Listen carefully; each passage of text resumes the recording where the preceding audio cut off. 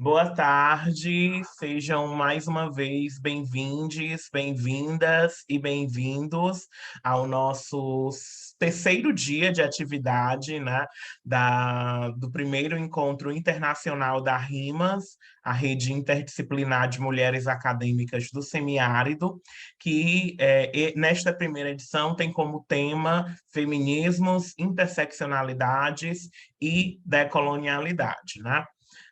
Nós já tivemos uma mesa maravilhosa pela manhã, né? Na verdade, uma conferência, né?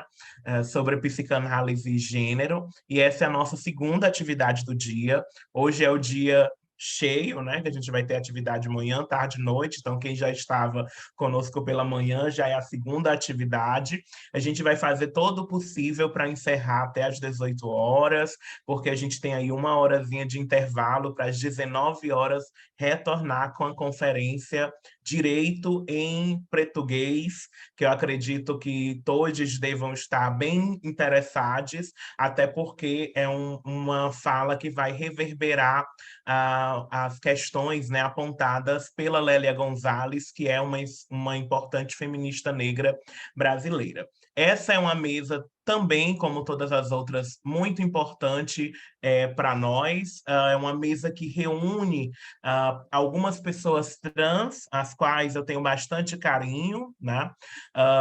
O título dessa mesa é Transativismos e Feminismo na América Latina, e eu vou apresentar a mediadora do evento, dessa mesa, né? E depois ela vai ficar responsável por fazer esse trabalho de coordenação da atividade, né? Então, a nossa mediadora é a Aira Dias, ela é graduada em Serviço Social pela Faculdade de Tecnologia e Educação Superior Profissional, a FATESP, ela é graduanda em Jornalismo pela Universidade Estadual do Piauí, é bolsista de PIBIC da Fiocruz Piauí, transativista, atuando como membro do Fórum Nacional de Travestis e Transsexuais Negras e Negros, o FONATRANS, e na Conexão Nacional de Transsexuais e Travestis de Axé, o CONAT.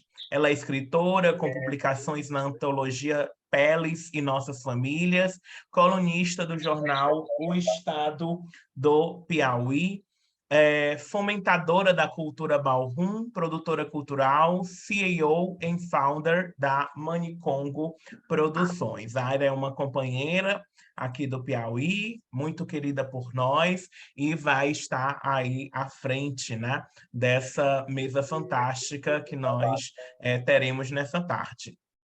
Aira, é com você, fique à vontade, sinta-se em casa. Olá, boa tarde a todas, todos e todos. Como você já me apresentou, eu sou a Aira Dias, vou estar aqui com vocês hoje nessa tarde como mediadora. Em primeiro lugar, dizer que é um prazer estar nesse momento onde nós vamos discutir um tema tão importante que é sobre transativismos, né, na América Latina. É muito importante nós termos a presença de pessoas trans dentro da discussão sobre feminismo, né, e aí trazendo um outro arcabouço teórico, trazendo outras contribuições que são tão importantes e potentes quando a gente fala principalmente da construção das políticas públicas, né, para nós que somos atravessados, atravessadas e atravessados por diversas opressões, né. Na tarde de hoje nós vamos ter três convidados muito importantes, né, nessa discussão dentro da América Latina. Nós temos, eu vou fazer aquela apresentação formal, né, e em seguida nós vamos chamar os nossos convidados e as nossas convidadas para fazerem as suas apresentações e também as suas contribuições iniciais. Após as primeiras contribuições, nós vamos ter uma rodada de perguntas. Assim que ela abrir, eu vou sinalizar, e aí nós vamos fazer por ordem de inscrição. Aí vocês podem se inscrever através das reações, que tem aqui a ferramenta de reações, é só levantar a mão, e aí, de acordo com a sequência, né, da ordem das pessoas que levantaram a mão, a gente abre o microfone para fazer as perguntas, e aí a gente inicia uma segunda rodada para a resposta das perguntas que vocês fizeram, os nossos convidados vão responder, e também fazer as suas considerações, né? Nós vamos ter na tarde de hoje, nós temos na tarde de hoje Jéssica da Silva Rodrigues, mulher travesti negra, assistente social, assistente de pesquisa da Fiocruz Piauí, mestrando em políticas públicas da Universidade Federal do Piauí, coordenadora do grupo de Gênero e Sexualidade Negrati, cofundadora do coletivo Acolhe Trans e autora do livro Sem Rótulos, por Favor. Ângela Fúcia, socióloga da Universidade do Vale do Cali, da Colômbia, graduada do Departamento de Sociologia da Escola Normal Superior de Paris, especializada em línguas e culturas do mundo, política e sexualidade pela Escola de Estudos Avançados em Ciências Sociais em Paris, candidata a doutoranda no Centro de Estudos Latino-Americanos da Universidade de Cambridge, integrante do coletivo QTI de pessoas de cor trans, queer e intersex do sul global da Inglaterra. Nós vamos ter também a presença de Amiel Modesto Vieira, transmasculino e intersexo, ativista intersexo independente, palestrante, doutorando em bioética pela Universidade Federal do Rio de Janeiro, coordenador de políticas intersexo do Instituto Brasileiro do IBRAT e cofundador da Associação Brasileira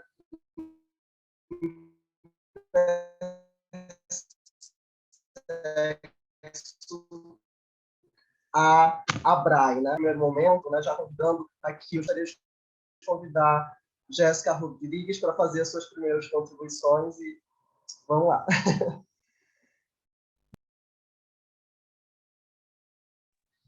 Então, gente, boa tarde a todas, a todos e a todes. Agradecer pelo convite de estar aqui nesse aquilombamento virtual, onde a gente troca saberes, aprende coletivamente, certo? Agradecer a Letícia por ter me convidado.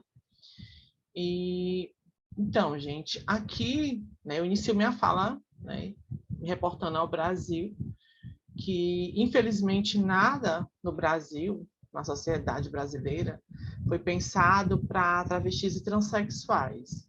Isso é notório. E quando esse corpo é negra, negro, indígena e com deficiência, o distanciamento do status de cidadã e cidadã é algo muito distante da realidade dessa população. Uma população que é historicamente marginalizada. Eu particularmente não gosto, né, de que todas as vezes que eu venha proferir uma fala, eu trago alguns dados, né, como, por exemplo, que o Brasil é o país que mais mata pessoas travestis e transexuais, e que, paradoxalmente, isso é o país que mais consome conteúdo pornográfico de pessoas travestis e transexuais. Mas, enquanto ativista, eu preciso estar a todo tempo trazendo essa informação para que a gente possa refletir de que forma, né, que a transfobia estrutural ela age no cotidiano dessa população e de que forma que ela tem sido fortalecida principalmente nesse contexto político. E aí eu também gosto de falar que a expectativa de vida dessas pessoas, né, de pessoas travestis e transexuais, é de 35 anos, né? Sendo que pessoas cisgêneras, heterossexuais, elas têm estimativa e expectativa de viver até 72 anos de idade, né? E é lógico que a gente faz uma intersecção, lembrando que se essa corpa ela for uma corpa negra, diminui aí a chance, né? As expectativas de vida dela, né, cai de 10 a 20 anos, tendo em vista também que nós somos expulsas de casa aos 13 anos de idade, como aponta a ANTRA, a partir do momento que nós performatizamos nossa travestilidades. E aí a gente também ainda precisa falar, nesse contexto, das pessoas trans, né, na terceira idade, porque a gente tem avançado, algumas têm passado dos 35 anos, e está na hora da gente pensar também de que forma, né, a gente pode estar problematizando isso e construindo isso a partir de perspectiva de políticas públicas, né? Então, no Brasil, não existe políticas públicas para travestis e transexuais, tampouco numa perspectiva interseccional. E no meu ponto de vista, o que eu vejo no Brasil são gambiarras institucionais. Então, o que a gente vê são algumas gambiarras em forma de resoluções, em forma de decretos, que eu considero importante, mas que a gente já deveria ter avançado no campo da dignidade de pessoas travestis e transexuais e materializasse esses decretos, transformando em leis, né, e transformando em outras ações e outras atividades que conseguisse ampliar a cidadania dessa população aqui no Brasil. E aí eu atribuo, né,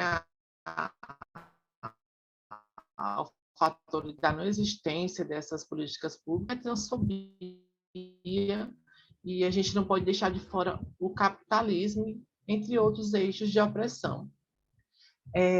E ainda, né, o ativismo e os movimentos sociais aqui no Brasil, né, o quanto que nós somos desumanizadas, né, por esses processos de opressão, por esse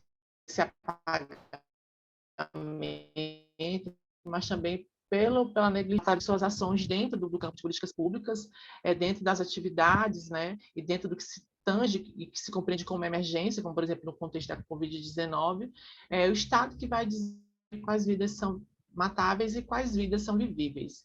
E, obviamente, que essas vidas que são matáveis são vidas de pessoas negras, pessoas travestis, pessoas transexuais, né, que estão aí sempre, né, nessa trincheira de extrema vulnerabilidade social. E aí nós vivemos no Brasil em um cenário de muitos retrocessos de direito, né, e de ameaça mesmo à democracia. E os movimentos sociais, assim como as pessoas que estão aí na linha do ativismo, elas mostram, né, que nós somos forjadas na luta. Então, a gente sempre está atuando e estamos atuantes, né, lembrando que a briga pode até terminar, mas que essa nossa luta por direitos ela é uma luta diária, né? E é uma luta que é necessária ser compreendida a partir de outras narrativas e de outros feminismos, aliás, de outros movimentos. Aqui eu estou me referindo a feminismos, né? Ou feminismo no plural, né? Então, assim, eu gosto muito quando autoras transfeministas, né? Quando elas falam que a gente não vai conseguir nunca conseguir uma emancipação ou ser liberta se a gente ainda pensar nisso de modo individual. Então, as transfeministas, não só as transfeministas, como o feminismo negro traz muito bem isso, né? De que essa liberdade ela tem que ser coletiva, né? E quem fala muito isso são as mulheres negras, como a Bell Hooks, a Conceição Evaristo, a Lélia Gonzalez, entre outras que tecem através de suas escrevivências, né? A importância de analisar, assim, dialeticamente experiências que perpassem a de mulheres brancas, cis, heterossexual. E aí, quando as autoras elas trazem, né, quando a gente traz esses marcadores de cisgeneridade e heterossexualidade e de branquitude, em nenhum momento a gente está querendo apagar, né, as opressões que as mulheres brancas, cis e heterossexuais sofrem. O que nós a todo tempo queremos dizer é que elas não são mortas, né, por serem quem elas são.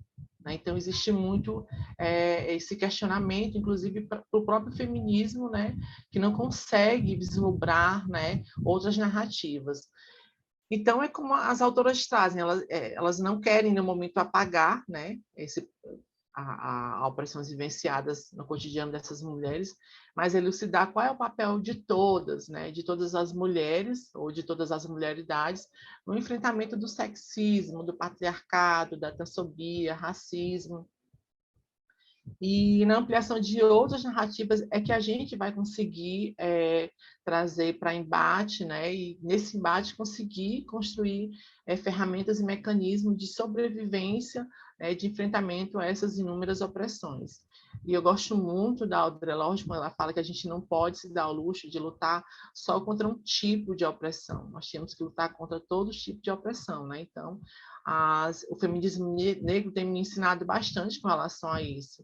Então, inclusive aqui em Parnaíba, quando a gente promove algum evento, a gente busca não só trazer para esse evento, não só trazer para essa roda de conversa mulheres travestis e transexuais, a gente também sempre busca trazer mulheres cis, mulheres lésbicas, todas essas mulheres que fazem parte, né, dessa luta e que tem aí um inimigo em comum, que é o patriarcado, o sexismo, o machismo, né?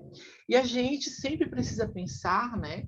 E eu dialogo muito com a Vilma Piedade quando ela fala que as nossas diferenças elas não podem ser um empecilho ou elas não devem nos separar. Pelo contrário, essas nossas diferenças elas nos unem, né? Contra um inimigo que é em comum.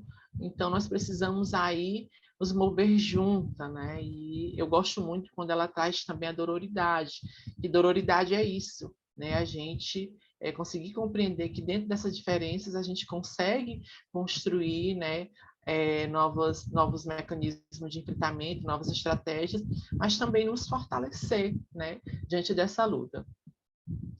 É comum a gente ouvir, né?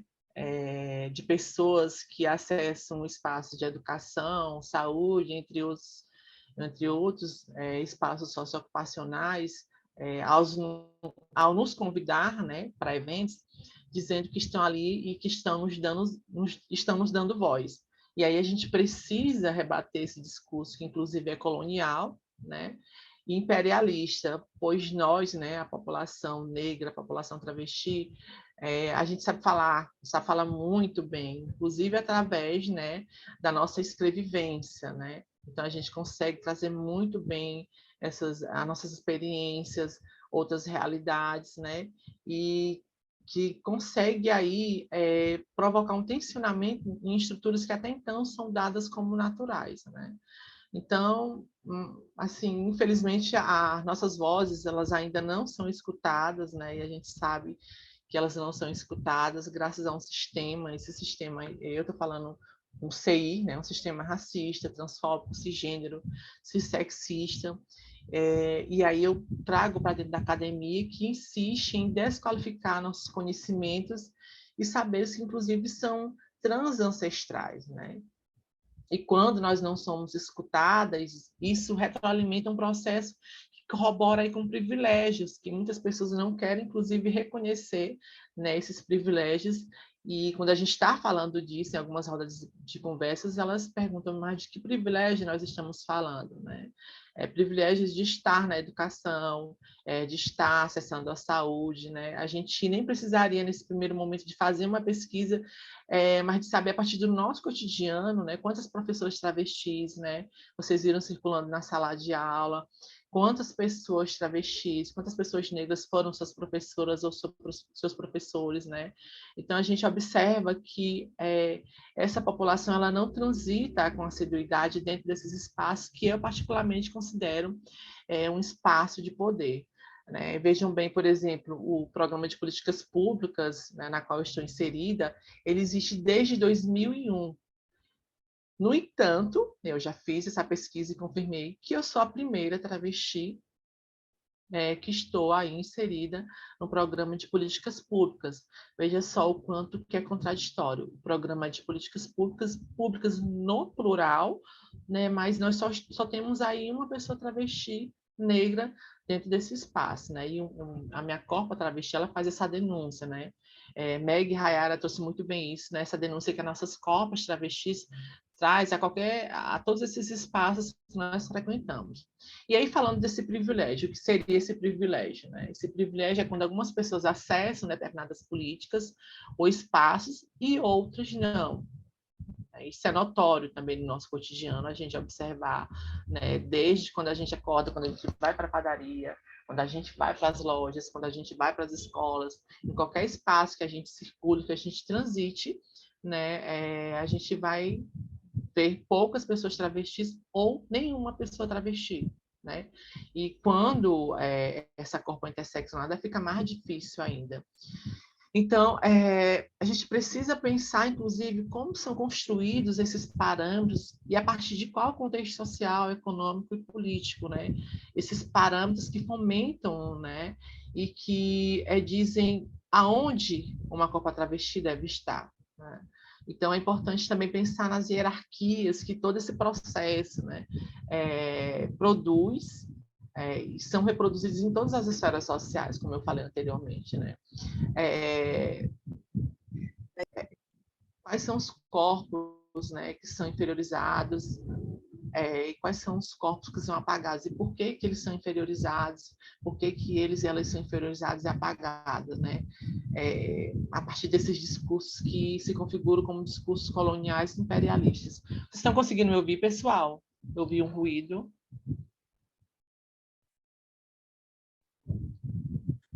Então, eu estou ouvindo, mas está um pouco baixo. Se eu gostaria que se você Gente, era para ter me falado mais alto. antes. Eu até escrevi no chat. Mas dá para ouvir. Eu não tô vendo o chat, gente. Não consigo ver o chat assim. Então, mas deu para compreender mais ou menos, né? Eu esqueci de levantar aqui o fonezinho, mas eu geralmente nem preciso. Dá para ouvir agora direitinho? Mais alto um pouquinho? Tá ótimo, tá ótimo. Então. Então, é pensar, né, de que forma que esses mecanismos, eles são reproduzidos em todas as esferas sociais, né? E quais os corpos são inferiorizados, como eu falei. E aí, trazendo um pouco da minha trajetória na graduação, também já na pós-graduação, que ano que vem já se encerra, né? É impressionante quando eu leio outras pessoas travestis transexuais, outras pessoas negras, né? Quando eu leio Letícia, quando eu leio Meg, quando eu leio Grada Quilomba, como as nossas experiências elas se aproximam, né, dentro desses espaços, inclusive no que diz respeito ao não pertencimento, né? Pensar como é que se dá esse não pertencimento, que inclusive é isso que eu trago na minha pesquisa, né? Se a instituição escola é um lugar de pertencimento para pessoas travestis e transexuais negras, né? Então, assim, eu faço essa intersecção desses corpos, dessas corpos, né? E faço esse seguinte questionamento. Então, assim, esse não pertencimento, a gente já observa que acontece a partir do momento que a gente não vê, né, outras pessoas travestis e transexuais, pessoas negras dentro desses espaços. Mas não é só isso, é a partir do momento também de que quando a gente entra, todo o letramento que nos é ofertado, ele em nenhum momento ele vai influenciar ou ele vai contribuir na nossa pesquisa. Eu me lembro que na arguição do meu projeto de pesquisa no mestrado, me perguntaram se eu não iria usar nenhum dos autores que foi sugerido pelo programa, né? Porque eu não usei nenhum dos autores, né, e autoras, que inclusive só tinha uma, no meu projeto de pesquisa. E, obviamente, esses autores e essas autoras eram todas brancas, cisgêneras, heterossexuais, e elas não dialogavam com a minha pesquisa, né? E, obviamente que numa estratégia mesmo de não ser aniquilada desse processo, de não ser excluída desse processo, eu tive que dizer que ia ser flexível com relação a isso, que no futuro possivelmente eu iria inserir essas autoras e esses autores no meu projeto, mas com certeza não é uma intenção minha de forma nenhuma está embranquecendo ou está sigerenizando ou heterossexizando minha pesquisa. Nenhum momento é esse. Meu momento, aliás, a minha proposta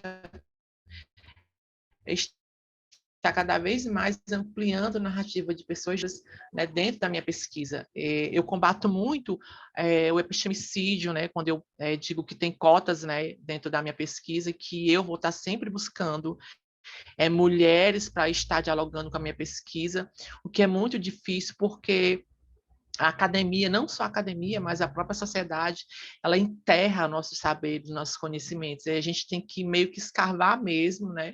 E trazer essas narrativas que eu considero importante, porque, vejam bem, como é que uma pessoa que faz parte de uma graduação em políticas públicas consegue construir políticas públicas só lendo pessoas brancas, pessoas que já estiveram, que sempre estão aí sendo visibilizadas, tendo em vista que a maior população do Brasil são pessoas negras, né? E dentro dessa negritude nós temos outras corporalidades, como travestis negras, lésbicas negras, pessoas com deficiência negras. Então, assim, não dá, no meu ponto de vista, para fazer uma pesquisa sem estar trazendo para esse debate esses autores, né, que fazem essa prática subversiva. Então, eu sou muito desobediente, não só na minha escrita, mas obviamente que vai depender muito do edital, e a academia ela limita muito, né, nossa potência, a gente tem sempre que, às vezes, recuar para avançar.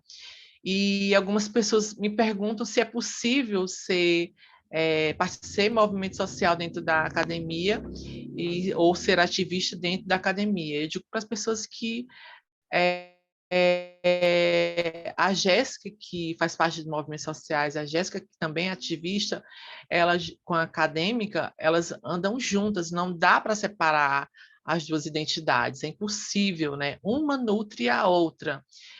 A gente reconhece que é importante, sim, nós estarmos ocupando a rua, mas é importante também a gente estar ocupando esse espaço de letramento, que, como eu falei, é um espaço de poder. Não dá para a gente deixar de estar ocupando só um espaço. É de preferência que a gente ocupe todos os espaços, né? Então, na academia, sempre é possível você fazer esse ativismo quando você faz essas práticas subversivas, quando você faz apontamentos, né, com relação a esses apagamentos, mas não só com relação aos apagamentos, mas quando você cria possibilidades de outros diálogos, né? Então, isso é possível, né?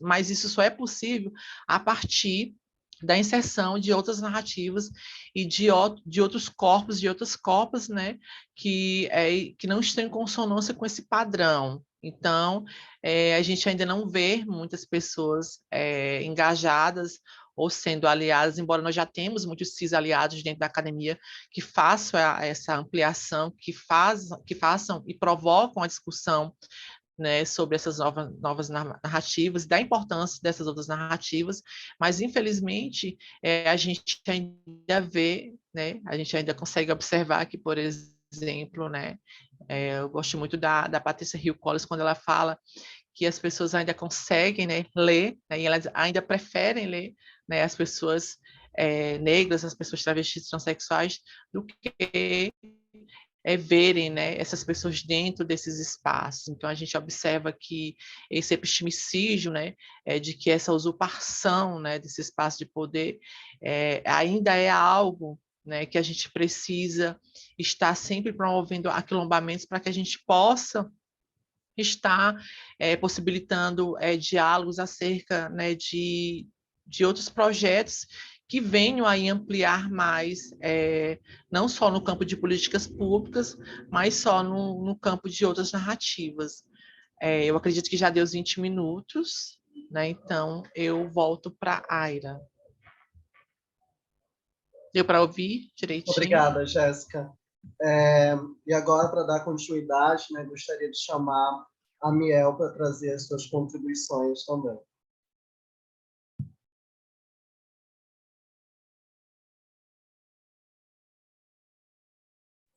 Olá, boa tarde, tudo bem? Estamos bem legal?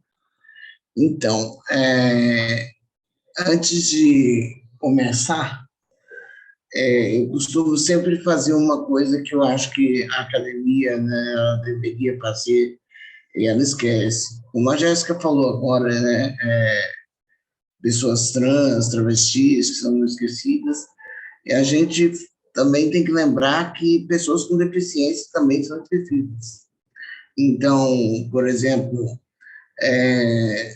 há várias interseccionalidades, né, que caminham com os corpos trans, travestis, que muitas vezes são esquecidos, inclusive a questão da deficiência. Nesse momento, então, eu acho que eu vou me descrever, porque eu não sei quem está aqui na plateia que tem deficiência, mas me descrever pode ajudar de alguma forma. Eu sou um homem branco, que tem aqui, eu estou com uma camisa azul, atrás de mim tem uma cadeira, mais ou menos preta, e atrás de mim tem uma parede branca, né? E eu acho que essa forma de a gente começar, né, é também visibilizar outras dialógicas que são muito esquecidas, principalmente porque a gente tem um problema, né? Quando eu falo, por exemplo, aqui falando para a Jéssica, fala um pouquinho mais alto, né? Eu estou falando aqui porque eu sou uma pessoa ensurdecida, né? Eu tenho uma outra palavra para deficiente auditivo. E sou uma pessoa que sou ensurdecida graças à intersexualidade, né? Porque eu sou uma pessoa que sou uma pessoa trans, mas eu também sou uma pessoa intersexo. E o fato da gente pensar na interseccionalidade, né, a gente tem que pensar nas intersexualidades, porque entre o mundo cisgênero, né, que só pensa em só dois, né, só homem, só mulher cis, existe um mundo entre esses dois, e esse mundo entre os dois é totalmente esquecido e apagado, né? Só para vocês terem ideia, nós temos pelo menos contabilizados 47 estados intersexo, né? E esses 47 estados intersexo atingem pessoas de todas as raças, nacionalidades, e são estados que atingem pelo menos 2% da humanidade. E esse número, 2% da humanidade, parece ser um número mágico, né? Porque quando a gente fala 2% da humanidade, 8 bilhões de pessoas, a gente vai ter um cálculo aí, 2%. Esse 2%, na realidade, é uma estimativa, né? Porque assim como pessoas trans não tem um número, a gente não tem ideia de quantas pessoas trans tem no Brasil ou quantas pessoas trans tem no mundo, a gente não tem ideia de quantas pessoas intersexo tem no mundo, né? Quantas pessoas intersexo tem no Brasil. E aí a gente está falando aqui de uma população que, durante muito tempo, ela foi soterrada à endossexualidade, né? E aí a endossexualidade é um sistema de poder que atravessa corpos intersexos e corpos não intersexos. E na palavra endossexo está se referindo à pessoa que não é intersexo. E a endossexualidade, ela olha, né, a questão de que um corpo, ele não é um corpo só externo, ele também é um corpo interno, né? Quando você olha o momento que você vai lá fazer exames, né, e você tem, olha, quantidade para um homem, quantidade para uma mulher, o que é esperado para um homem, para uma mulher, para uma criança, esse homem, essa mulher, essa criança, são cis, são endossexos, são europeus e são brancos. Então, nós esquecemos de colocar nesse balaio a discussão da pluralidade corporal, né? A pluralidade corporal existe, ela está presente aqui, só que ela é ignorada exclusivamente para que se mantenha a ideia de que pluralidade corporal, na realidade, é 2. Só há 2 pluralidades de corporalidade, nada mais. E aí o movimento intersexo, desde os anos 90, tem batido na tecla, dizendo não, há muito mais dessa corporalidade que é pouco discutida e pouco colocada em questão. O movimento intersexo internacional acontece, né, a partir dos anos 90. E é um movimento que se coloca diante de um fato, que é a cirurgia mutilatória intersexo, né, que é um caso do qual eu fui vítima. Eu, quando tinha 7 meses de idade, fui operado para ser uma menina, porque o meu corpo, né, não era um corpo que tinha o tamanho ideal, por exemplo, do que se entende como o tamanho de uma criança que deveria ter um pênis aos 7 meses de idade, né?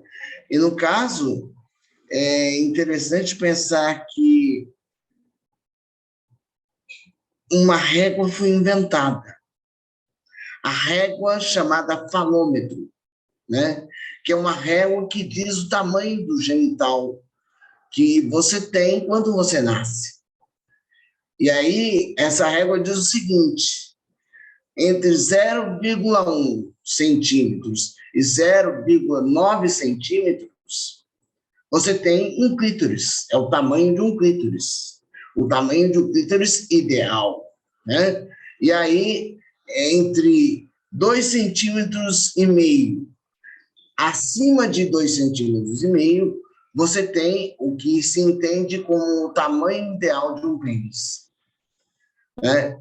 E quando, aos 7 meses, os médicos, fazendo vários exames, né, perceberam que o meu corpo não atingia essa idealidade, eles resolveram, então, colocar o meu corpo naquilo que uma frase, né, um ditado médico, que diz assim: é mais fácil abrir um buraco do que levantar um poste. Quando fala disso, está falando, né, do tamanho que é a questão da mulher, por exemplo, né? Porque a mulher é vista pela parte da cirurgia médica como aquela que é vista como um buraco, né? Um buraco penetrável. E não há ainda, e é muito curioso pensar nisso, que apesar de nós termos um sistema patriarcal, né, colocado, nós ainda não temos uma tecnologia médica, né, colocada para colocar o tamanho ideal de um pênis no seu lugar, né? E aí é importante dizer que quando essa frase ela é difundida no meio médico, ela está sendo colocada no seguinte paradigma: é mais fácil fazer um corpo que é sujeito, né, sujeito às minhas vontades, às vontades da medicina, do que um corpo que possa se entender como um corpo livre, independente, que não precisa depender da medicina, e ele está, digamos assim, completo. E o completo, esse corpo completo, é um corpo que não passa por uma cirurgia, é um corpo que não passa por nenhum momento de questionamento quanto ao ser homem, ser mulher, estar diante de uma régua, né? E mais, ser homem e ser mulher é também, e aí a gente está falando de ser homem, ser mulher, cisgênero, intersexo,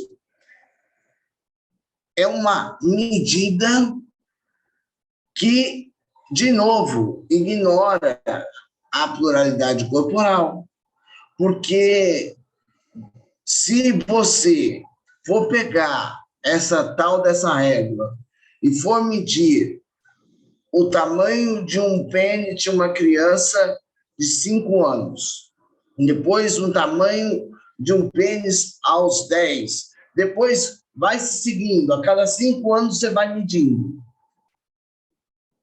Essa medida ideal, ela não é uma medida que vai abranger todos os corpos, assim como também o tamanho de um clítoris.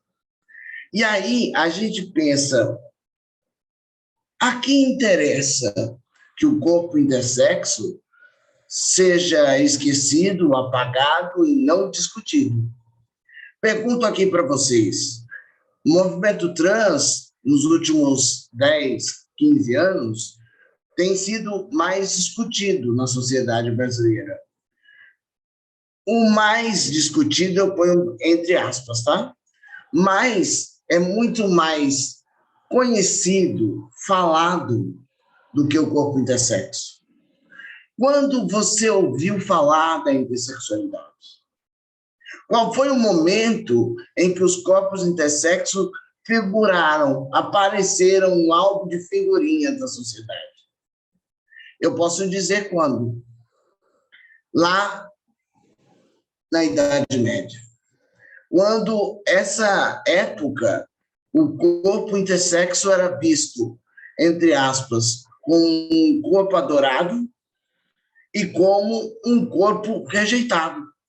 Ou seja, um corpo que poderia ser condenado à fogueira da Inquisição, como um corpo que poderia ser adorado por ser um corpo, entre aspas, maravilhoso, porque ele é um corpo que tem 2 sexos no mesmo corpo. Como é isso? Quando você coloca a frase que a Jéssica disse, né? O Brasil é o país que mais mata travestis, mas é também o país trans travestis, mas também é o país que mais consome pornografia trans. Só que eu queria falar para vocês que há uma categoria dentro de sites de pornografia chamada de hermafrodita, que era o nome antigo que se usava, né? E hoje a gente não usa mais porque esse nome é um nome sexualizante, né? E ele coloca como se pessoas intersexos fossem resumidas a um genital e a prática sexual, quando é muito mais do que isso. E essa ideia que vem, né, de que o corpo hermafrodita é um corpo maravilhoso, ou um corpo que deve sofrer as penas de morte. No século XX, tem uma segunda Inquisição, que é o momento em que você coloca a cirurgia como realidade. A cirurgia coloca aquele corpo para ser colocado dentro de um corpo cisgênero, num corpo que seria um corpo de uma mulher ou um corpo feminizado, né? E que não há, em nenhum momento, uma discussão sobre quem são aqueles corpos, quem são aquelas pessoas. Porque, por exemplo, o momento em que eu lembro, né, eu tenho 40 anos, tá? Já estou confessando a minha idade aqui, para dizer o seguinte, que eu sou contemporâneo de uma novela brasileira chamada Renascer.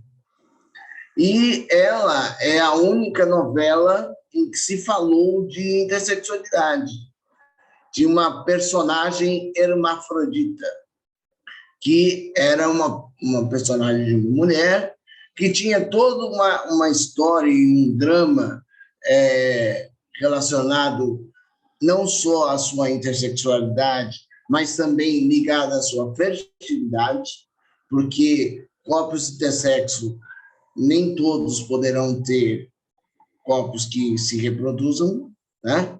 E aí é interessante pensar que a novela inteira caminha para uma discussão de que o corpo que é daquela personagem É um corpo que toda hora, exato, é um corpo que toda hora tem que se afirmar como sendo um corpo hermafrodita, ao mesmo tempo que é um corpo que tenta fugir dessa ideia de hermafroditismo para a sociedade.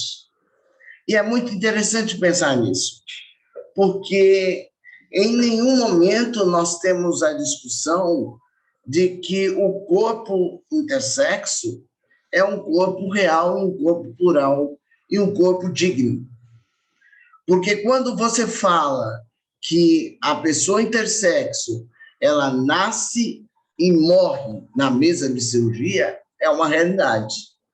Quando a intersexualidade ela é descoberta, passa-se um verniz de endossexualidade. E aí, opa, alguém falou? Vamos continuar. Passa-se esse verniz de endossexualidade que em nenhum momento há a observação de que esse corpo plural pode habitar esse mundo. Assim como os corpos trans, que são assassinados todos os dias, esse assassinato intersexo é um assassinato cirúrgico. É um assassinato para que você não discuta a intersexualidade. Para que você não fale desse negócio aí que, sei lá, dois sexos no corpo só, como é isso? Ao mesmo tempo que desperta também vontades, desejos sexuais. E aí, como nós estamos falando de transativismo, a gente tem que lembrar que o movimento intersexo internacional tem 30 anos, mas o movimento brasileiro intersexo, ele tem exatamente 7 anos.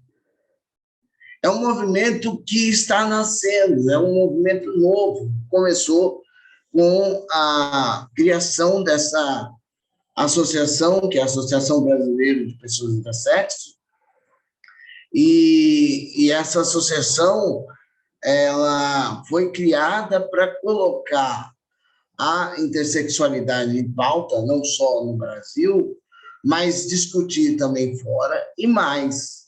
Mostrar também que a intersexualidade é uma situação brasileira e que precisa ser colocada e visibilizada. Aira, eu não sei quanto de tempo eu estou, vai falando aí, porque também eu vou falando. E aí eu vou dizer para você o seguinte: esse movimento que é tão novo é um movimento que tem muitas lutas pela frente. Uma delas, que eu acho que é a maior, é de tornar ilegal as cirurgias intersexo em bebês, né? Que acontecem todos os dias, em várias maternidades no Brasil. E aí a gente tem que lembrar de uma coisa importante. Não é só pela vida do intersexo bebê, também é pela vida do intersexo adulto. Porque a ideia que é colocada pela medicina é que eu vou operar aqui, vou mutilar esse corpo, que era um corpo plural, vai perder a pluralidade, ele vai permanecer a um outro lugar, e, ao mesmo tempo, esse corpo também vai ser um corpo excluído de pautas de políticas públicas. Pensando no seguinte, para fechar, qual foi o momento em que vocês ouviram, nas discussões políticas desse ano de 2022, que nós temos uma deputada trans intersexo eleita, deputada estadual, que é a Carolina Yara, né? Ela foi eleita, mas ela foi eleita para um certo local. E a gente ainda não tem uma discussão Brasil para isso. Qual foi o momento em que vocês ouviram falar de intersexualidade nas eleições? Nas eleições federais. Eu não ouvi falar em nenhum momento. não foi nem pautado. E aí a gente tem que pensar, para fechar, corpos são pautados em momentos que são importantes para certas pessoas. Mas esses momentos importantes para certas pessoas não pensam que esses corpos não só existem naquela legislatura, eles vão continuar existindo. Impedir uma cirurgia dessa é importante. E é não só fazer isso, mas acabar com o segredo e silêncio que pessoas intersexo adultas caminham todos os dias. Obrigado, gente.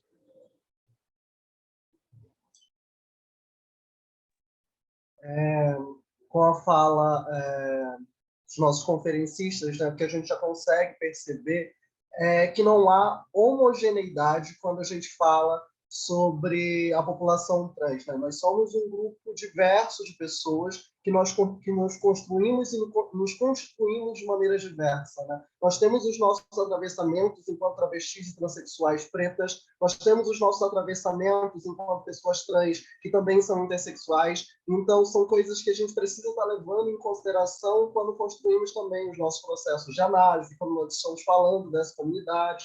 Assim, esse processo de localização, né, entendimento de onde nós construímos as nossas trajetórias, como que os nossos corpos e as nossas corpas são atravessados de maneiras diferentes, não só pelas opressões, mas também por diversas outras circunstâncias que nos constituem enquanto sujeitos e sujeitas. Né? Dando continuidade a essa discussão, gostaria de chamar Angie para estar falando com a gente, né, dando continuidade aqui, e logo após a fala de Angie, nós vamos ter também aquela rodada de perguntas. Né? Então, após a fala da Angie, a gente abre para as perguntas, nossos convidados respondem depois. Né? Angie, a palavra é sua.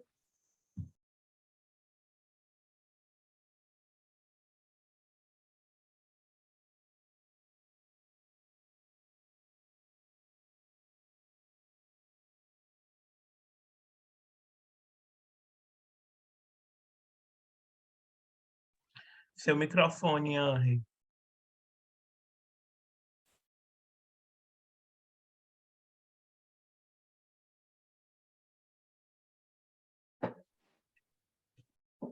Boa tarde. Você escuta?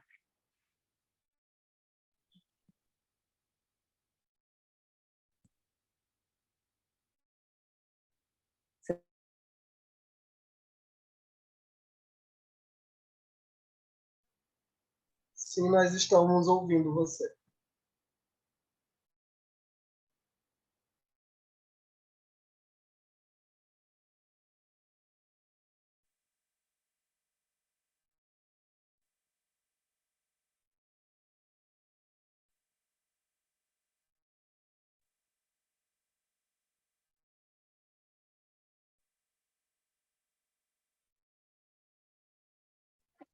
Acho que está com problema na Você pode escutar? conexão, Henri.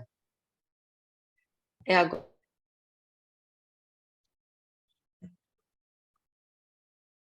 A Angie tinha falado mais Olá. cedo que a conexão dela estava um pouco instável. Tá mudo. Eu consigo ver ela se Olá. movimentando. Oi?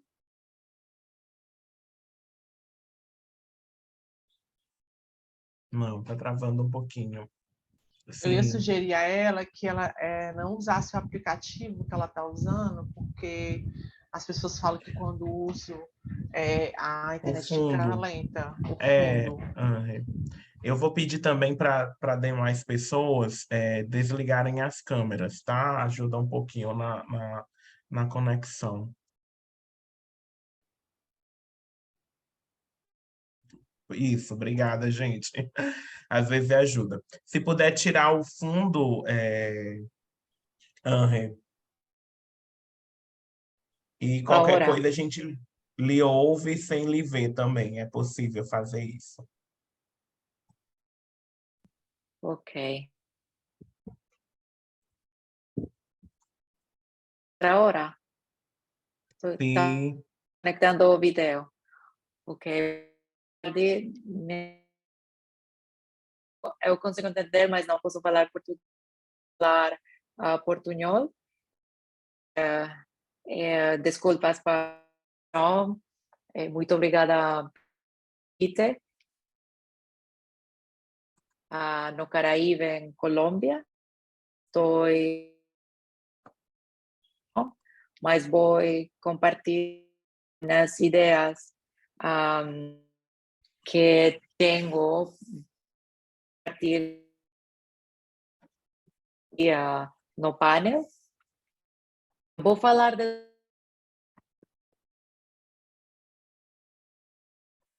transactivista dos trans na Colômbia. Seu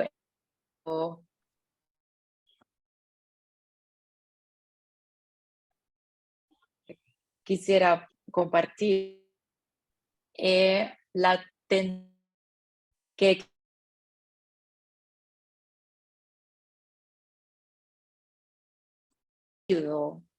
una epistemología está cortando muito. sim, Siga. ainda assim, tá cortando um pouquinho. Você consegue me ouvir bem? Não consigo, não, eu consigo simplesmente Tá cortando bastante, infelizmente. É um problema de conexão, acontece quando a gente faz essas transmissões ao vivo, né, gente?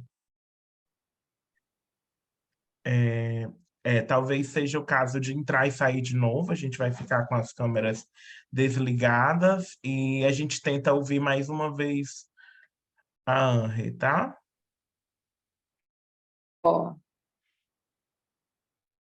vou procurar fazer isso. Pronto.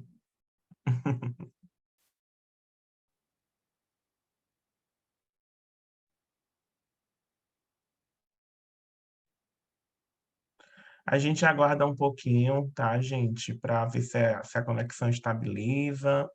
Ah, ela estava ouvindo a gente, mas acaba tendo problemas para falar, né?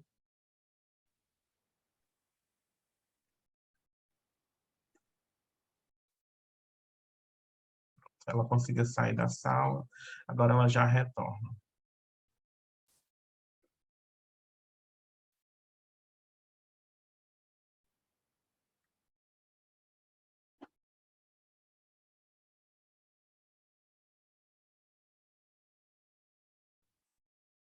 Sim, o povo está comentando aqui no chat, né, para a gente ir conversando enquanto a revolta, né? Bem como o Jéssica já tinha pontuado, a minha pontuou também, né? Sobre aquilo que eu estava falando antes, né? Sobre a não homogeneidade para nós enquanto pessoas trans, né? Nós somos um grupo diverso de pessoas e eu, nesse momento, tinha que falar especificamente com relação às experiências de travestis e transexuais negras no Brasil. Né? A gente tem um processo do que a gente compreende, aqui apoiado no que diz Abdias Nascimento, né, no seu livro Genocídio do Negro Brasileiro, e aí compreendendo também a questão de travestis e transexuais. Nós temos em vigor no Brasil hoje, a partir dessas análises, um processo de genocídio da população trans e travestis.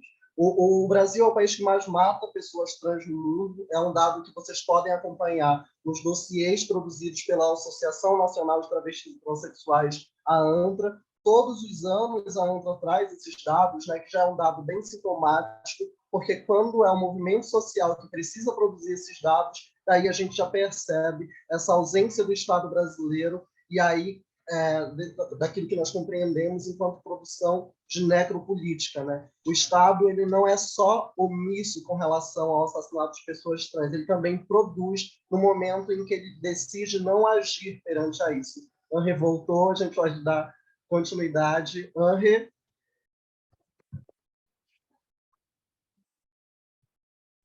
Henri, você está nos ouvindo?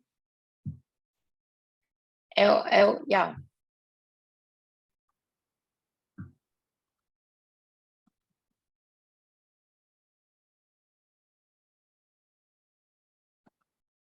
Henri?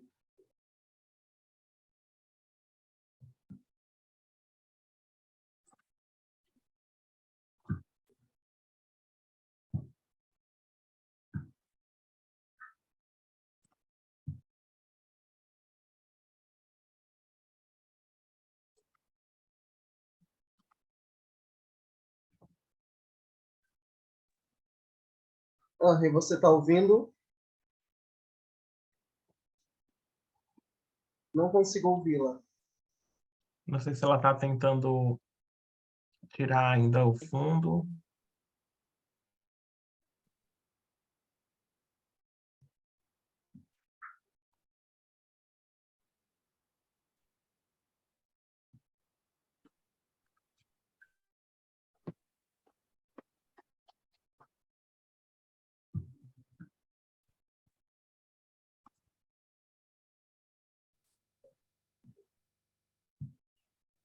Você ouve?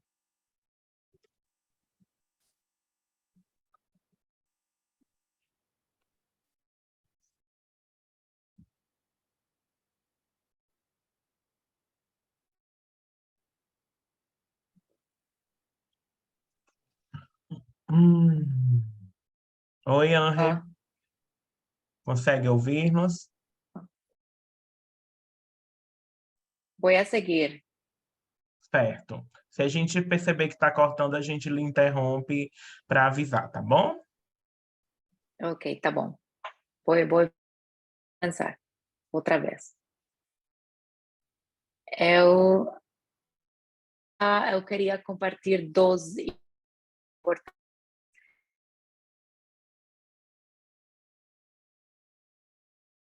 as fazendo sobre as contribuições feministas à mobilização trans e os estudos trans.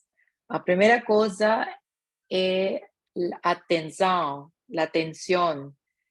entre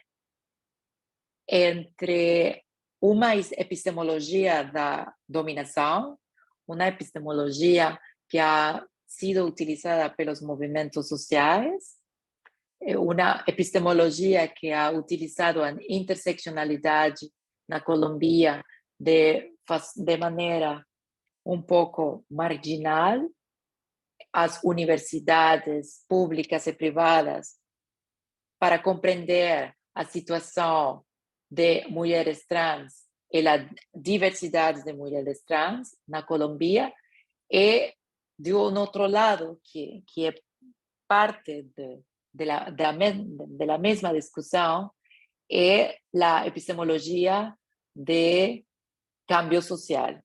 E por que digo isso? Porque há uma tensão nos movimentos sociais agora de identificar as matrizes de opressão de pessoas não binárias, pessoas trans, pessoas intersex na Colômbia, mas achamos a existência de uma proposição de cambio social, uma proposição de cambio social que responde às novas demandas do movimento social depois da Constituição de 1991 na Colômbia. Uma das primeiras reflexões que podemos fazer do movimento trans na Colômbia é sua contribuição a partir das experiências de mulheres, travestis, trans, negras, afrodescendentes e mestiças da Colômbia ao mercado do trabalho, especialmente em aquello que hemos definido como a dicotomia de la puta peluquera, a dicotomia de la estilista ou de la trabalhadora de sexo. Esta tensão que ha sido pensada através da intersecção.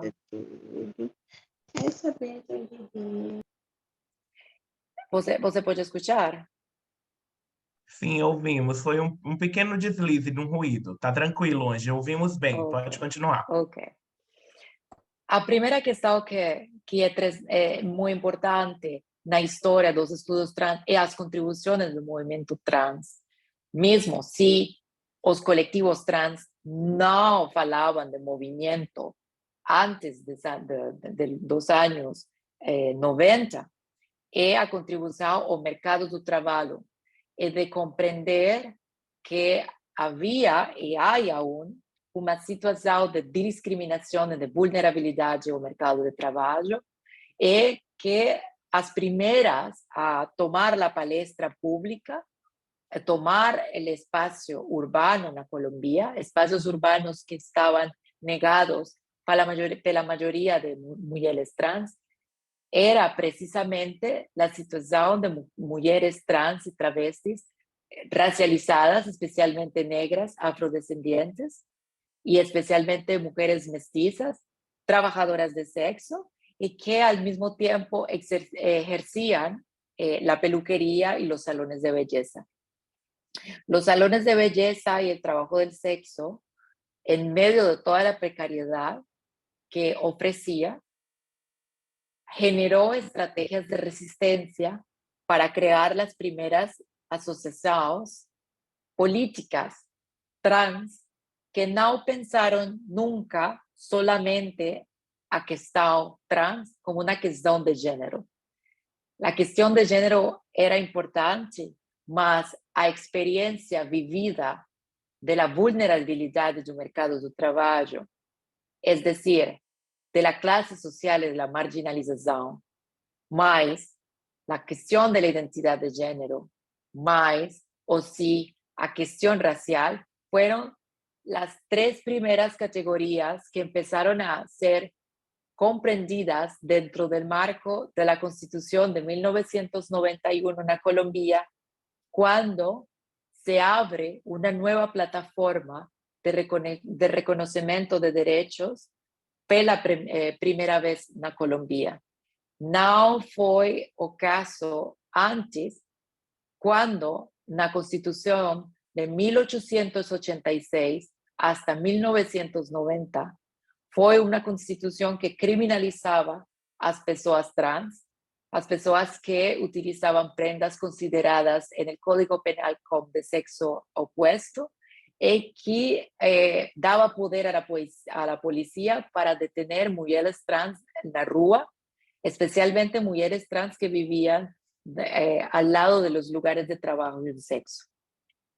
Então, a primeira coisa que é muito importante compreender na primeira tendência de isso que vamos a compreender como movimento social trans recientemente, foi uma coalição de estratégias de supervivência na rua que começa a ver com as mulheres trans e travestis mais precarizadas, que decidieron organizarse por la primera vez en Colombia.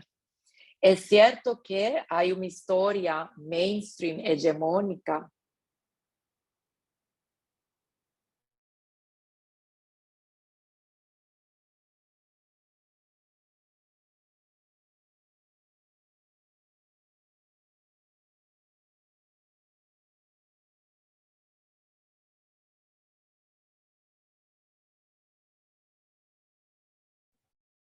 Nós tivemos um problema de conexão, vamos aguardar voltar para dar continuidade, gente.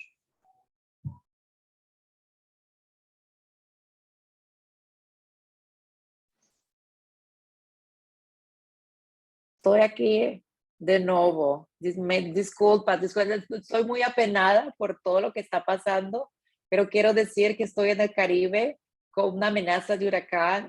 La conexión es muy mala, mais presento mis disculpas. No estoy en Inglaterra, estoy ahora en el Caribe, donde estoy haciendo trabajo de campo sobre racismo y belleza. Es por eso que a conexão é muito complicada. Mas continuo com a ideia. A ideia principal que quero manifestar e que creio que é muito importante reflexionar agora sobre um balance da situação de isso que hemos venido chamando recentemente movimento trans, é que há uma primeira tendência muito forte, muito latino-americana, de compreender nossa situação como uma situação que responde a uma epistemologia da rua, que é uma epistemologia da dominação. Uma epistemologia da dominação que, em Colômbia, vai começar com os conhecimentos organizativos das mulheres na rua, que vão começar a denunciar abuso policial na Colômbia, criminalização, acesso a direitos laborais e especialmente acesso à saúde, porque a pandemia vai começar a afectar a população trans a partir del final de los años 80, cuando por primera vez en Colombia, en 1980, la homosexualidad como categoría penal va a ser retirada del Código Penal, pero las identidades trans siguen siendo criminalizadas. Se abre una nueva apertura en la Constitución de 1991 que va a permitir continuar con una perspectiva de la dominación y de reconocimientos de derechos. Ahí es donde está la dualidad del lazo social, los procesos organizativos en Colombia. Por un lado, un nuevo reconocimiento de las personas LGBTIQA+. En ese momento hablábamos solamente de LGBTI e identidades de género e identidades sexuais. Não hacíamos as especificações de diversidade de mulheres trans a nivel jurídico. Y es el movimiento trans que ha creado poco a poco un lenguaje que viene de abajo y empieza a difuminarse a nivel institucional. Un segundo aspecto que es importante de esto es que el mercado de trabajo, a pesar de su vulnerabilidad, permitía ver que las identidades trans nunca podían ser abordadas solamente a partir del género.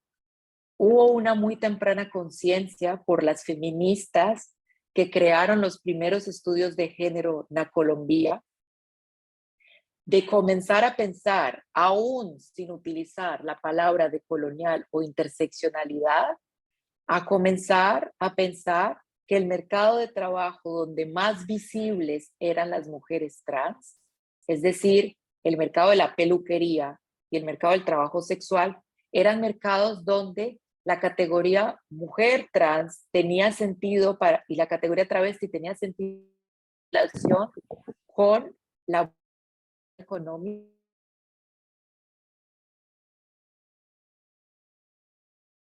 de Colombia, pero no había todo el esquema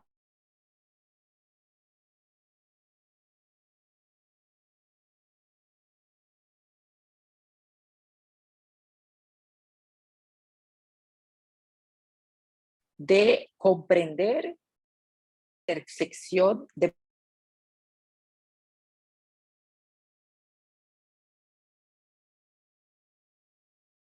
generación. Yo hago parte de esta generación que logra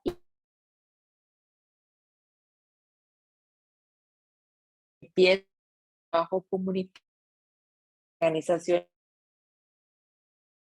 por mujeres que se vinieron a formar y educar formalmente en el mercado de trabajo. ¿Estamos bien? ¿Estoy hablando bien? ¿Todo el mundo puede me escuchar? Estoy diciendo eso porque no puedo ver. Gracias. Obrigada.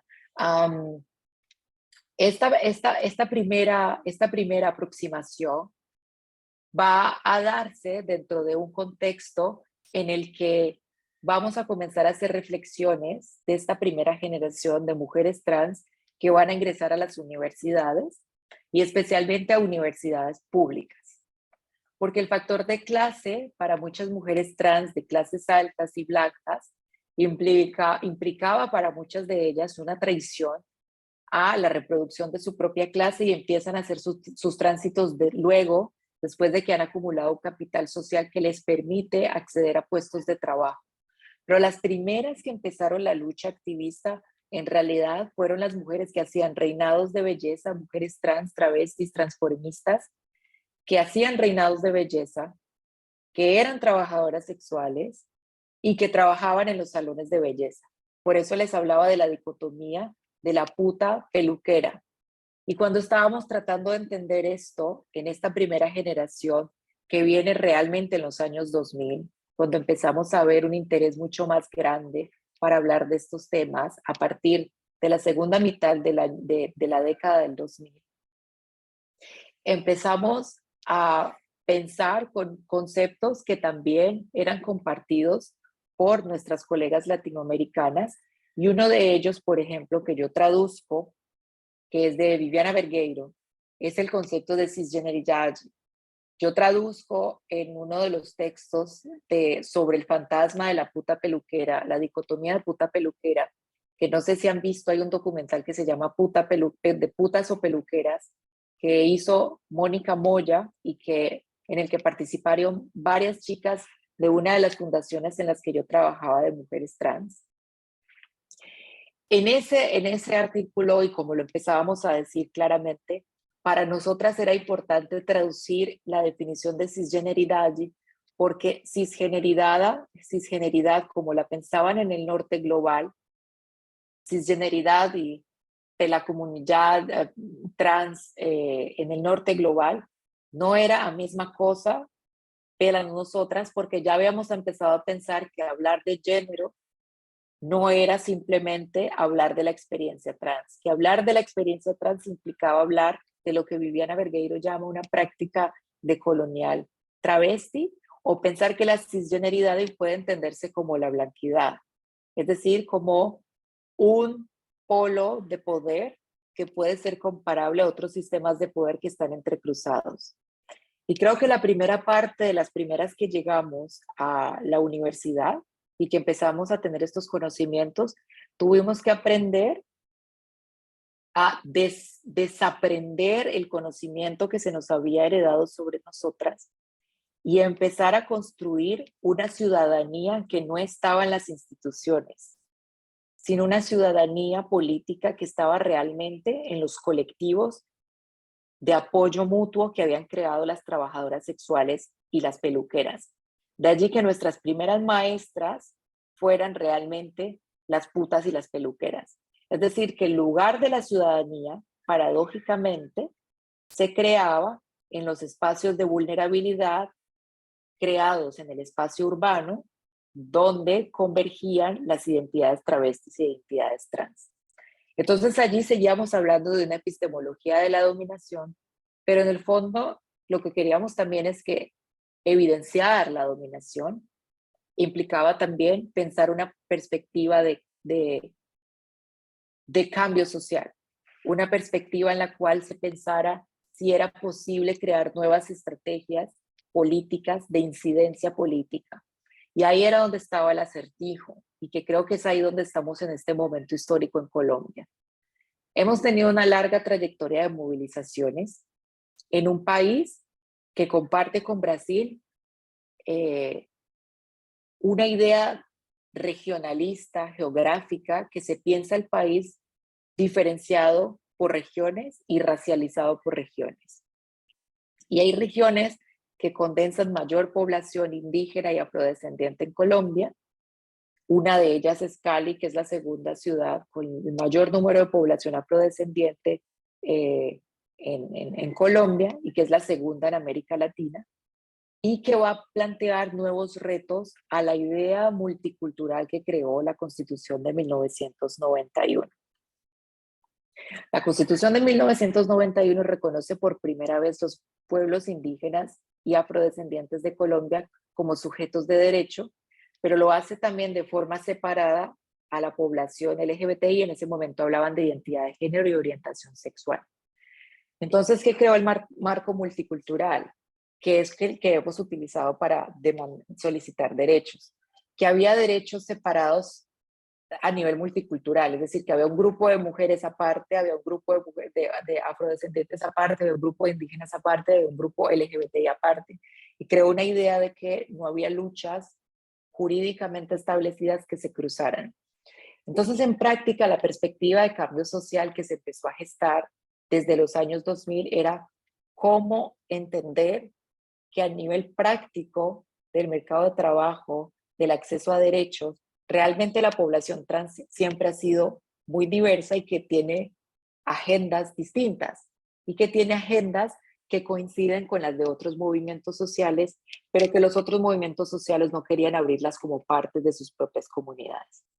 Y esta es una tarea que empiezan a desarrollar especialmente las mujeres trabajadoras sexuales y especialmente mujeres trabajadoras sexuales que vienen de pequeños pueblos, pequeñas zonas rurales, y mujeres transracializadas, negras, afrodescendientes e indígenas, para quienes la idea de lo trans, esta categoría sombrilla jurídica, no tiene sentido si no está ligada al tejido comunitario y al tejido social.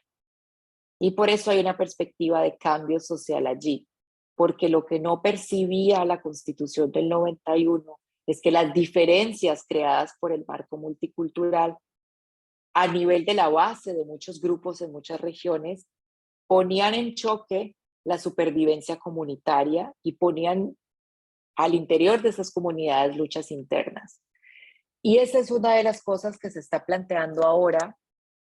Ustedes supieron que hemos tenido por vez primera un cambio de gobierno en Colombia después de muchísimos años, muchísimas décadas de gobiernos de centro derecha. Hemos tenido por vez primera la aparición de un gobierno de coaliciones de izquierda con sectores de centro, sectores incluso conservadores que hicieron parte del sector progresista, y es por vez primera que ha habido una agenda política institucional de alguna manera más interseccional que cobija de manera efectiva a nivel del acceso a derechos la importancia de los pueblos marginalizados y el reconocimiento de ellos a través de la creación. Recientemente estamos en ese proceso del Ministerio de la Igualdad, en cabeza de la vicepresidenta de Colombia, Francia Márquez, que es la primera mujer negra, empleada doméstica, que se hizo política a través de toda su trayectoria como abogada y que ha trabajado también por el medio ambiente en el Cauca y que ha logrado por vez primera cobijar grupos que no sentíamos que estábamos conectados entre sí.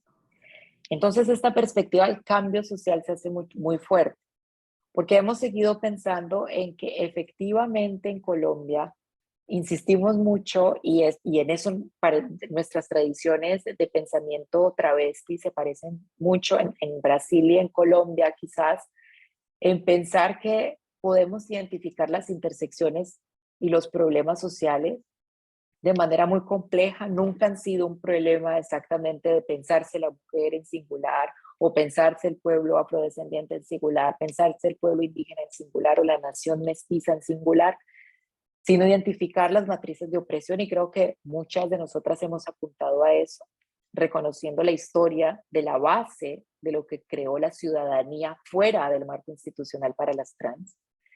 Pero lo segundo es que tal vez la perspectiva de cambio a nivel institucional, de fortalecimiento a nivel institucional, del reconocimiento de derechos, era algo o es algo que todavía hace falta y que se está gestando recientemente en un gobierno que ha articulado de alguna manera estas agendas desde sus sectores.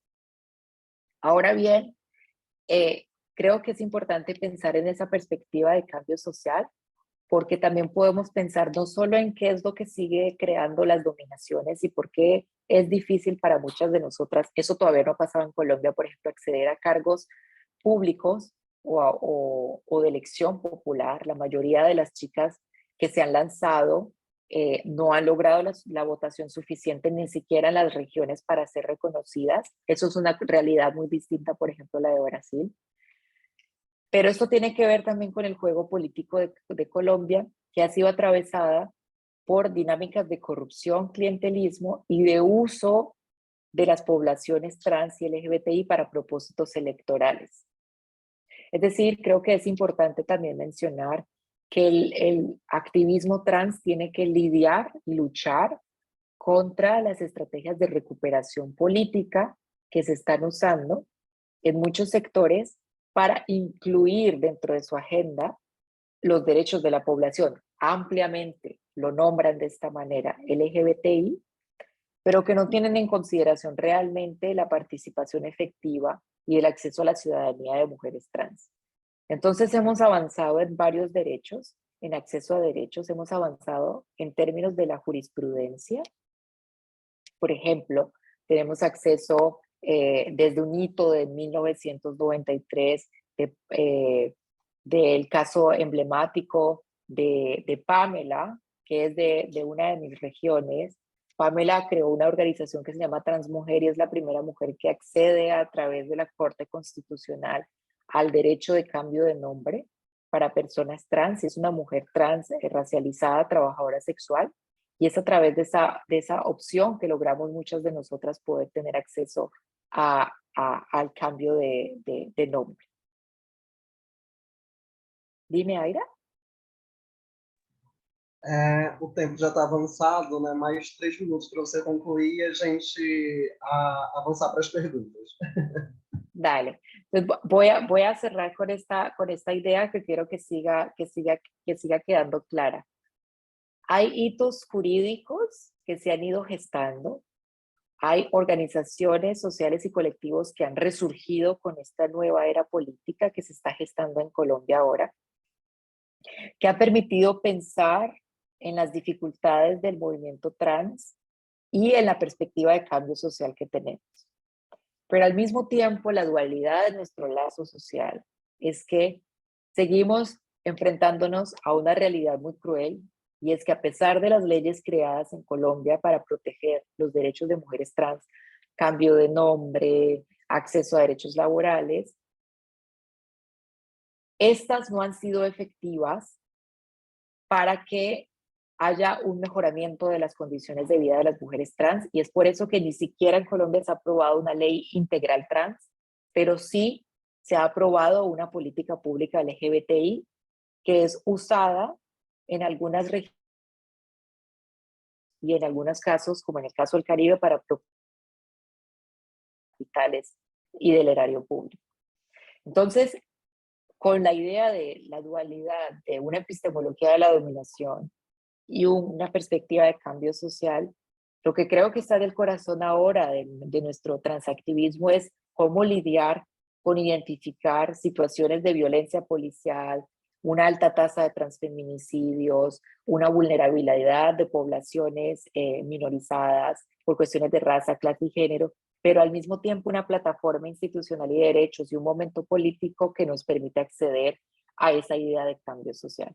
Creo que esa tensión es la que hace parte ahora de nuestras preguntas y que hace parte de una situación que comparten tal vez varios países en América Latina y el Caribe.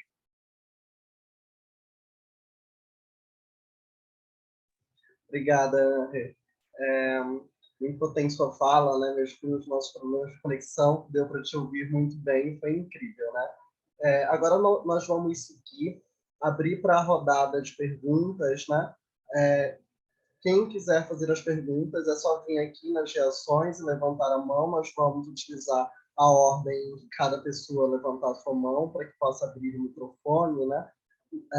Nós pedimos que as pessoas que vão fazer as perguntas possam ser sucintas em virtude do nosso tempo que já está avançado, né? E Hector levantou a mão, mais alguém gostaria de fazer uma pergunta? Deixa eu olhar aqui, só um momento. Deixa eu ver quem aqui já está com a mão levantada.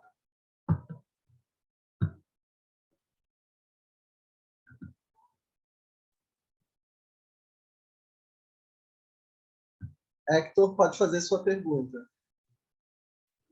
Oi, tudo bem? Boa tarde a todos, a todas, a todos. Mi pregunta es sobre el tema académico, específicamente sobre la academia. ¿Cómo percibís la lucha dentro de la academia sobre esos temas? ¿Hay movimientos, están de alguna manera atentos a lo que está pasando? Porque no es tampoco una situación de tu país, ¿no? En América Latina, esa onda terrible, ¿no? de problemas que nos afectan, que nos atacan, que nos atraviesan, está siendo realmente muy peligroso para todos. Yo quería saber un poquito cómo es esa lucha dentro de la academia.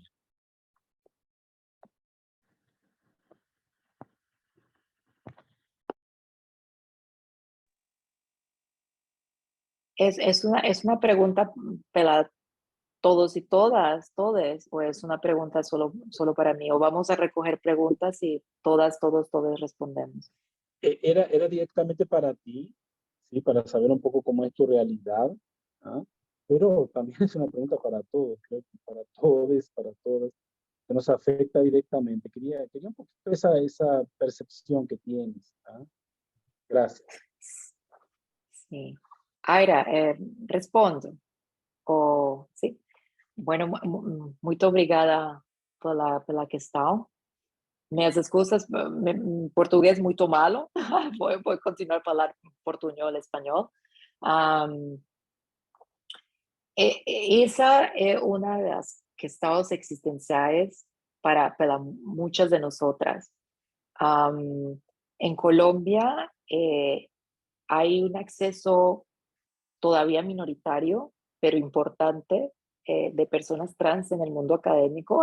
Creo que las nuevas generaciones que vienen, digamos, después, que ingresan desde el 2015 hacia ahora, están teniendo en las universidades programas de atención a violencias y la creación de políticas de género en ciertas universidades, sobre todo públicas. Hay una mayor denuncia y eso genera como un ambiente de discusión de la temática mucho más fuerte, pero fue a costa de muchas luchas de expulsión, de que muchas de nosotras nos sintiéramos que la academia era un espacio a salvo. Y a nivel de la academia, efectivamente, nosotras seguimos siendo muy marginales. Y seguimos siendo muy marginales porque tampoco somos ampliamente citadas quienes realmente se interesan por nuestros trabajos y nuestro trabajo político realmente son las profesoras de los centros de estudios de género, algunas, y quienes están más interesadas en articular de manera interseccional las discusiones. Por ejemplo, la Universidad Nacional de Colombia, en la Escuela de Estudios de Género, hubo una apertura para que se empezara a hablar más del tema. Ha habido profesoras trans, estaba Andrea García Becerra, Lanis Bello. Hay otras mujeres trans en universidades públicas como Valerie Sommer, Mauri Balanta, de la Casa del Chontaduro, en Cali, de Trans Empoderarte, que son mujeres que han estado dentro de la pedagogía y el mundo universitario haciendo muchas críticas a cómo la universidad, aunque se nombre pública, sigue siendo racista y muy transfóbica. Pero las discusiones, digamos, se están dando. Hay cada vez un poco más de mujeres trans en la academia, pero sigue siendo una dificultad poder llegar a ciertos espacios de discusión más amplios. Realmente muy pocas de nosotras son docentes, muy pocas de nosotras, incluso en primaria o secundaria, muy pocas de nosotras terminan el pregrado, muy pocas están en cargos públicos. Creo que eso fue lo que abrió por vez primera la alcaldía del actual presidente de Colombia cuando fue alcalde de Bogotá, que ya no era la dicotomía puta peluquera, sino la dicotomía funcionaria pública académica, es decir, las que lograron tener un trabajo más allá de la peluquería y el trabajo sexual, lograron ser funcionarias públicas, pero no es una tendencia nacional. Entonces ha habido siempre esa tensión en que la academia ha tenido bastantes dificultades para ofrecer espacios a salvo para muchas de nosotras.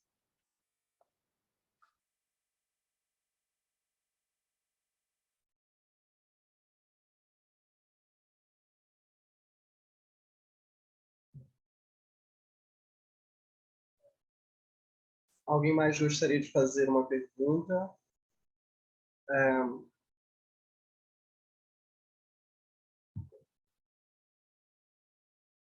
Certo.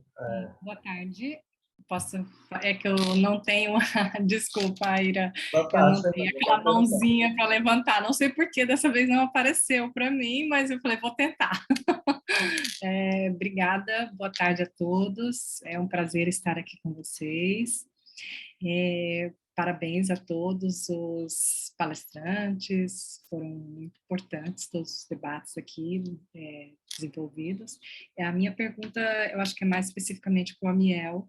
Eu fiquei bastante curiosa quando ele começou a trazer os dados, né, da violência que as pessoas intersexo elas sofrem, principalmente na questão da mutilação, das cirurgias e todas as consequências que isso traz na vida dessas pessoas.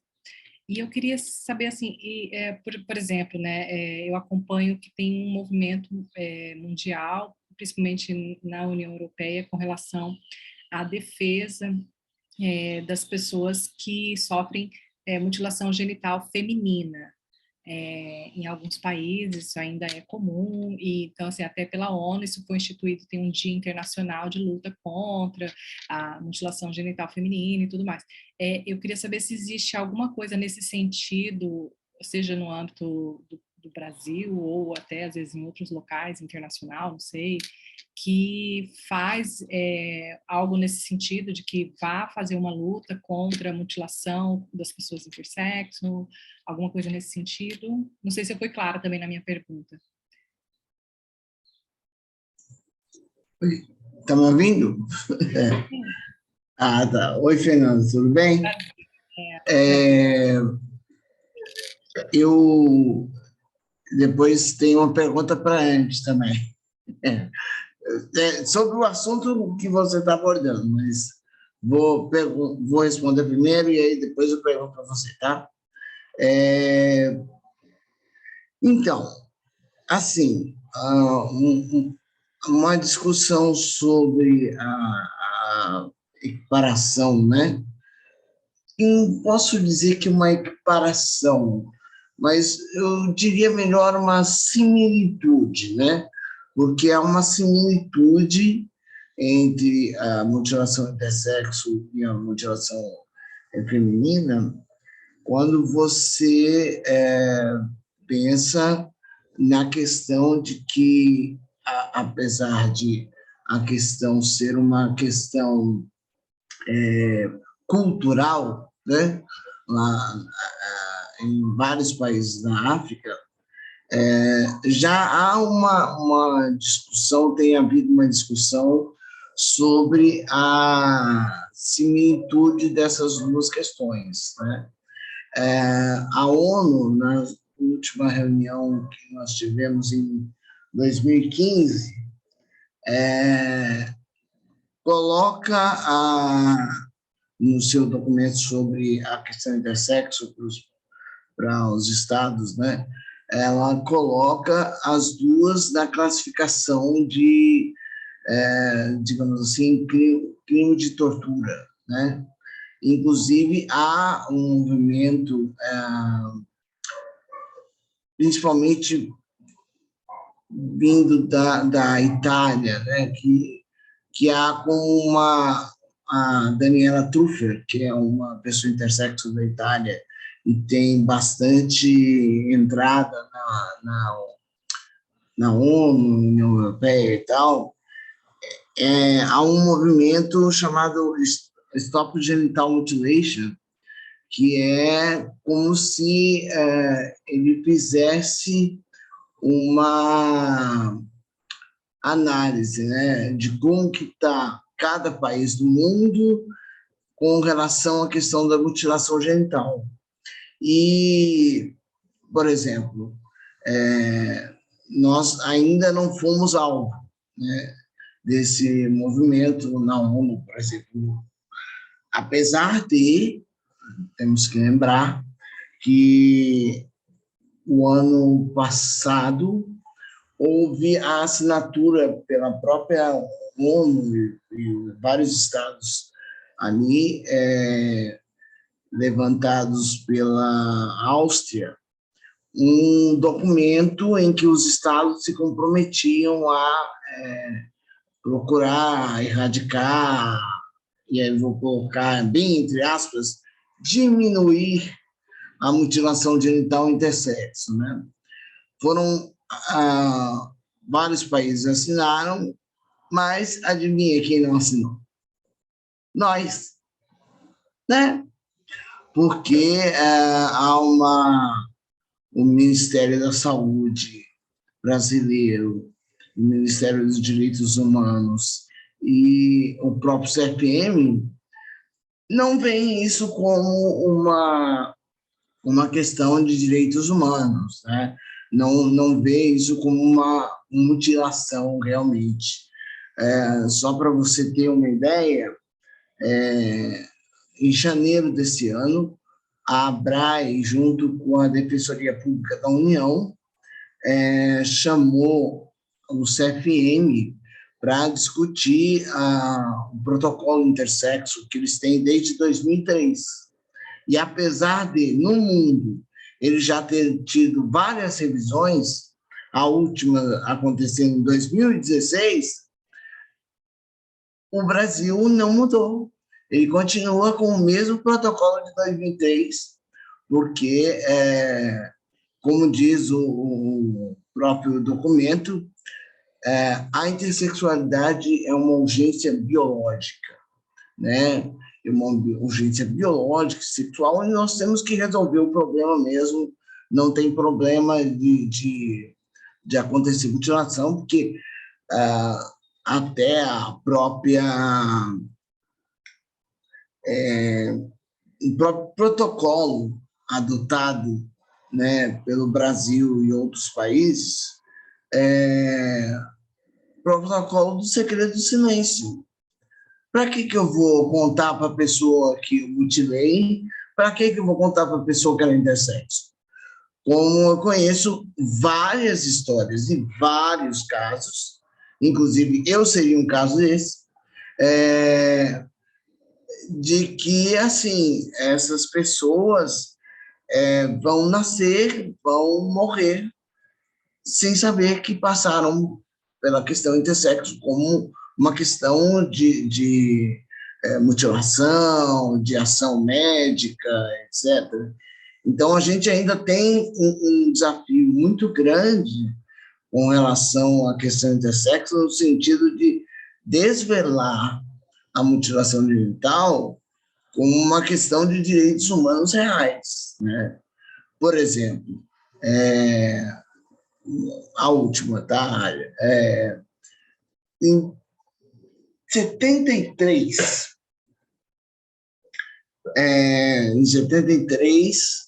foi feita a Lei de Registros Públicos, famosa Lei de Registros Públicos, que diz lá, rege como deve ser o registro de nascimento de pessoas nascidas no Brasil, né?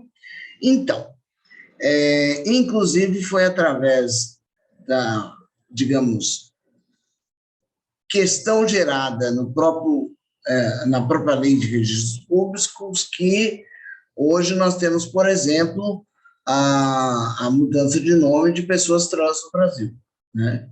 Porque há um dispositivo dentro dessa lei que diz o seguinte: primeiro, a declaração de nascido vivo, que é o documento que é entregue pelo hospital para fazer o registro de nascimento, ela tem que constar o sexo de nascimento, né?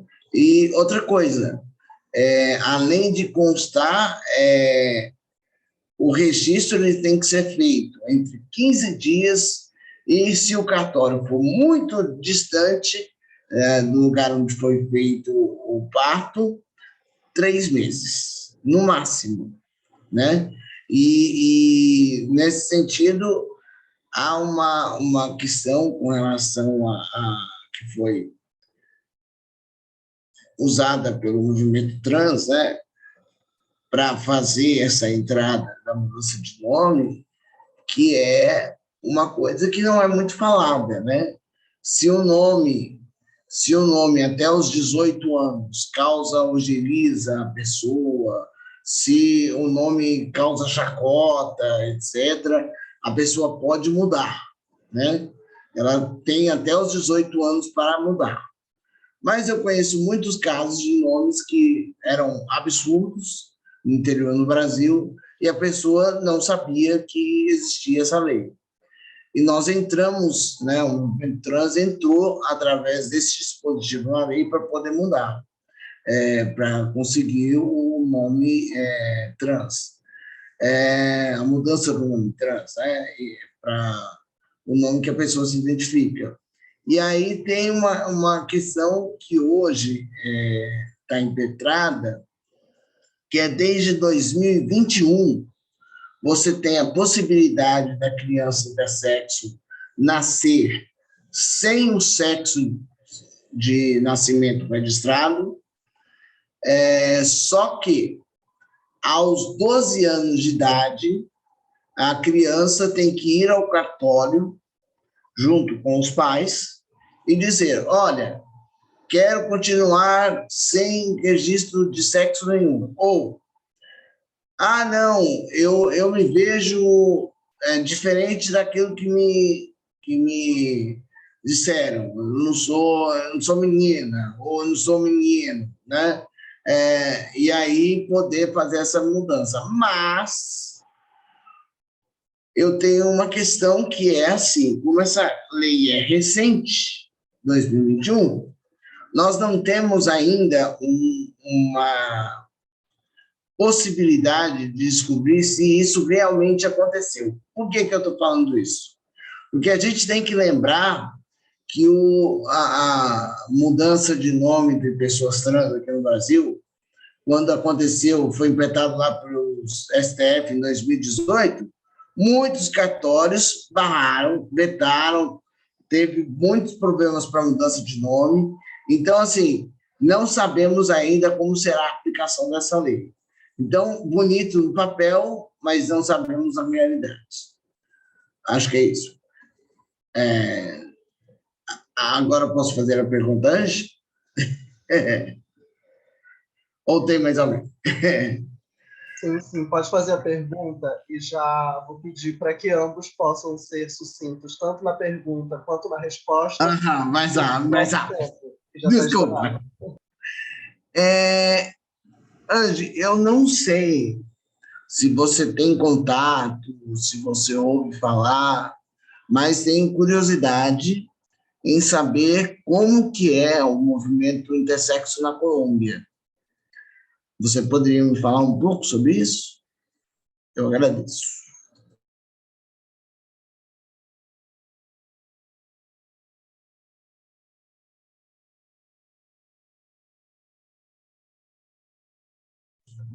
O microfone está desligado.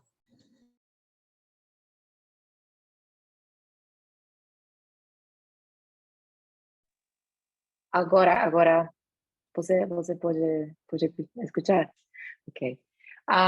Esa es una pregunta muy interesante porque es una pregunta que hacemos al interior del movimiento, no solamente trans, mas LGBT en general.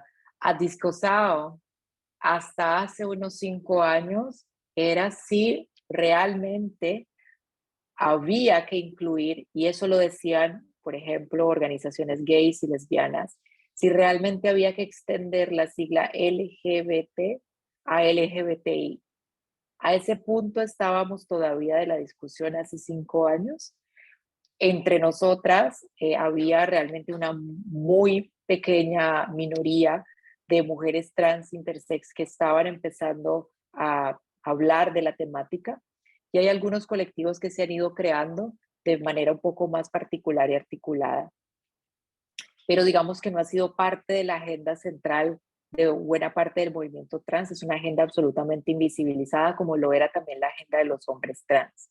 Creo que quienes estaban siempre adelante de la discusión eran hombres gays de clases medias, mujeres lesbianas de clases medias y luego las trabajadoras sexuales trans y travestis trans. Pero el tema de las organizaciones sociales intersex es un tema que ha estado un poco en la sombra, pero que hay colectivos que se han venido organizando desde hace buenos años, y hay liderazgos individuales que se están gestando también, sobre todo en Bogotá. Y hay algunas organizaciones, pero pequeñas, de colectivos pequeños de personas intersex. Pero es cierto que Colombia es una de las que ha causado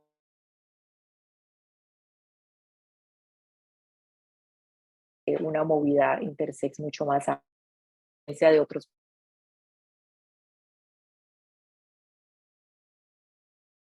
también. Y en Colombia ha sido un poco, en algunos casos, un poco desligada del reconocimiento que se está haciendo a nivel del movimiento trans. Esa es una de las grandes discusiones del movimiento trans ahora. Obrigado pela resposta, viu? Obrigado, Henry. Obrigado às pessoas também que fizeram as perguntas, né? Como nós estamos já com o nosso tempo estourado, vou convidar os nossos conferencistas, as nossas conferencistas, para se despedir, né? E peço também que possam ser breves nas suas despedidas, em virtude do nosso tempo que já estourou, né? Já está avançado. Gostaria de chamar a Jéssica Rodrigues para que possa se despedir.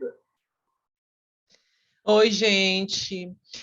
Mais uma vez, agradecer, né, por estar aqui com vocês. Muito obrigada pelo convite e que a gente consiga aí, nos encontrar mais vezes nesse cyberespaço para estar ampliando essas discussões, tá? Muito obrigada. Beijo, Jéssica, maravilhosa. Henry, a palavra é sua, que você possa se despedir também.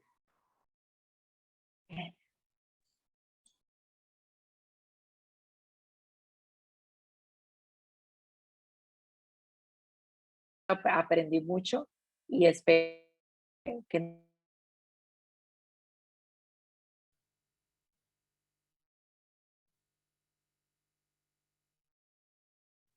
Henry, travou, a gente não conseguiu te ouvir. A gente vai passar para a Miel se despede, depois a gente volta para você para a gente conseguir te ouvir, tá bom? Então, eu queria agradecer. Muito bom, esse slide maravilhoso. Queria agradecer pela oportunidade e adorei ouvir cada uma de vocês e cada pessoa que perguntou também, porque eu acho que as perguntas são muito importantes. Obrigado aí e continuamos aí aguardando os próximos dias, os próximos eventos, né?